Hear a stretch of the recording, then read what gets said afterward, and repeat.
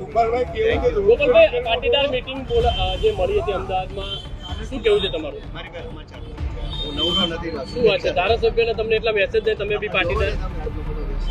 તાજેતરમાં જ ગાંધીનગર ખાતે જે પાટીદાર સમાજની ચિંતન શિબિરનું આયોજન કરવામાં આવ્યું હતું, જેમાં સામાજિક મુદ્દાઓ ઉઠાવવામાં આવ્યા હતા. તેની સાથે સાથે ગોંડલ અને મોરબીનો મુદ્દો પણ ઉઠાવવામાં આવ્યો હતો. અને હવે તે વચ્ચે સૌથી મોટો પ્રશ્ન એ ઉઠી રહ્યો છે કે શું આ મુદ્દાઓને લઈને ગોપાલ ઇટાલિયા, જેઓ તાજેતરમાં જ વિસાવદરથી ધારાસભ્ય બન્યા છે, તો આ ગોપાલ ઇટાલિયાનો સહકાર શું પાટીદાર સમાજને મળશે કે કેમ? આ મુદ્દાને લઈને તે ખૂબ મોટો પ્રશ્ન હાલમાં બની રહ્યો છે અને તેને લઈને ગોપાલ ઇટાલિયા દ્વારા એક મોટું નિવેદન આપવામાં આવ્યું છે.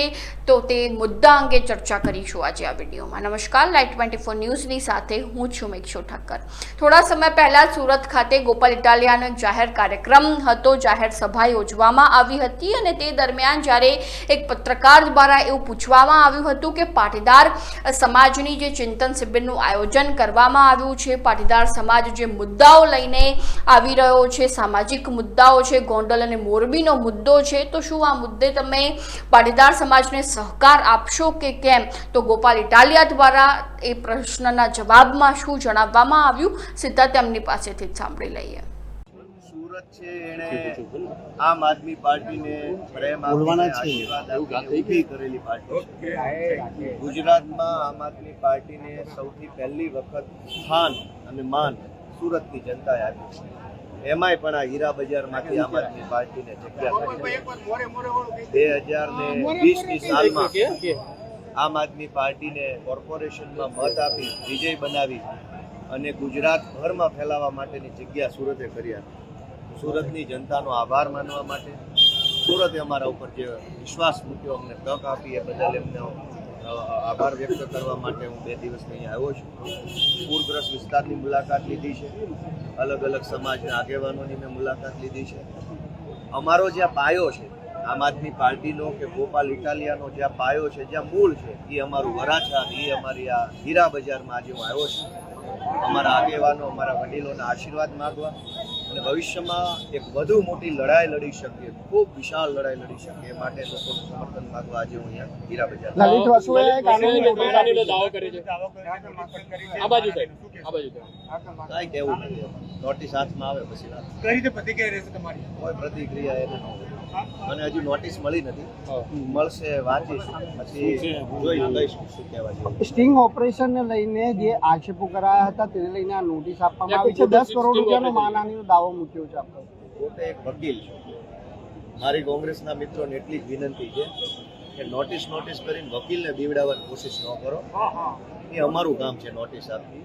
એટલે બધા પોતપોતાની જવાબદારી નિભાવે. મને નોટિસ હાથમાં આવશે ત્યારે હું વાંચીશ. ગોપાલભાઈ, કઈ રીતે નોટિસનો જવાબ આપના તરફથી રહેશે? નોટિસ તો હાથમાં આવતી, હજુ નોટિસ જ મળી શું લાગે છે આની પાછળ એ લોકોનું શું છે? કઈ નહીં, હવે ધંધા વગરના થઈ ગયા છે, નવરા થઈ ગયા છે, કામ કરતા બધું નથી. આ ચાલુ. ગોપાલભાઈ, પહેલા ગઠબંધન હતું ને હવે સામે આવવાની આ રીતે નોબત આવી પડી, શું કહેશો? રાજકીય કઈ રીતે દ્રષ્ટિકોણ હશે? કઈ કહેવા જેવું જ નથી. જનતાએ નિર્ણય ચૂંટાઈ દીધો છે.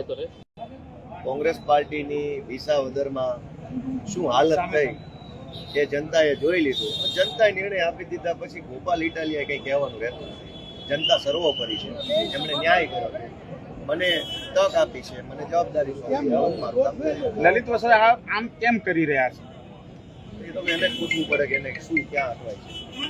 ધારાસભ્ય તરીકે ગોપાલ ઇટાલિયા ચૂંટાવીને આવ્યા બાદ હવે શું લાગી રહ્યું છે કે અલગ અલગ દાવ પેજ શરૂ થઈ ચૂક્યા છે? થઈ જાય ને. ગોપાલ ઇટાલિયા જેવો ગામડાનો એક સામાન્ય ખેડૂતનો દીકરો અવળી મોટી આખી ભાજપની સરકારની સામે લડીને ધારાસભ્ય થઈ જાય, એ વાત ભાજપને એક અઠવાડિયાથી ખટકે છે.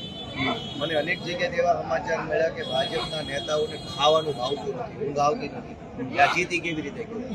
અને એટલે હવે ગોપાલ ઇટાલિયાને ખરાબ ચિતરવા માટે, ગોપાલ ઇટાલિયાને બરબાદ કરવા માટે, ગોપાલ ઇટાલિયાને રોકવા માટેના ષડયંત્રો, નોટિસો આ બધું ચાલુ થશે. પણ ગોપાલ ઇટાલિયા પહેલાય ડરતો નહોતો, તો હવે તો જનતાએ મને જવાબદારી સોંપી છે. હવે તો કોઈ પ્રશ્ન જ નથી. શું લાગી રહ્યું છે? લલિત વસોઈ તો કોંગ્રેસના છે. ભલે ભાઈ, કઈ વાત. બધા એકના એક જ છે. કઈ રીતે જવાબ આપશો? નોટિસ વાંચ્યા પછી આપો ને જવાબ એમ. ગોપાલભાઈ, લલિત વસોયાએ નોટિસ આપી છે, તો શું લાગી રહ્યું છે કોના ઈશારે આ નોટિસનો ખેલ શરૂ થયો છે? 30 વર્ષથી કોંગ્રેસ પાર્ટી ભાજપવાળા કે કરે છે.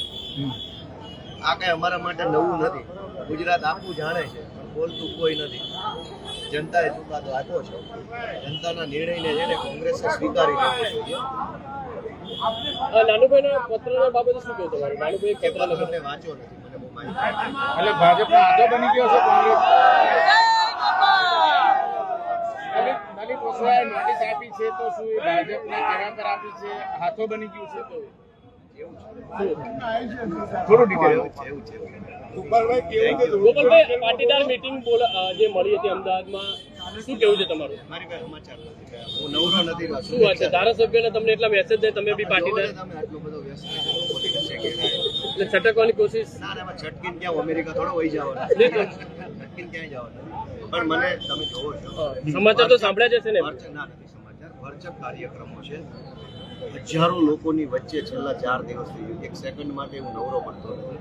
સતત લોકોની આશા અપેક્ષા જે લાગણીઓ છે ગોપાલભાઈને મળવાની, ફોટો પડાવવાની, મીઠું મોટું કરાવવાની, હું એમાંથી નવરો રહીશ તો હું કંઈક જોઈશ ને કે ક્યાં શું ચાલે છે. અત્યારે તો હું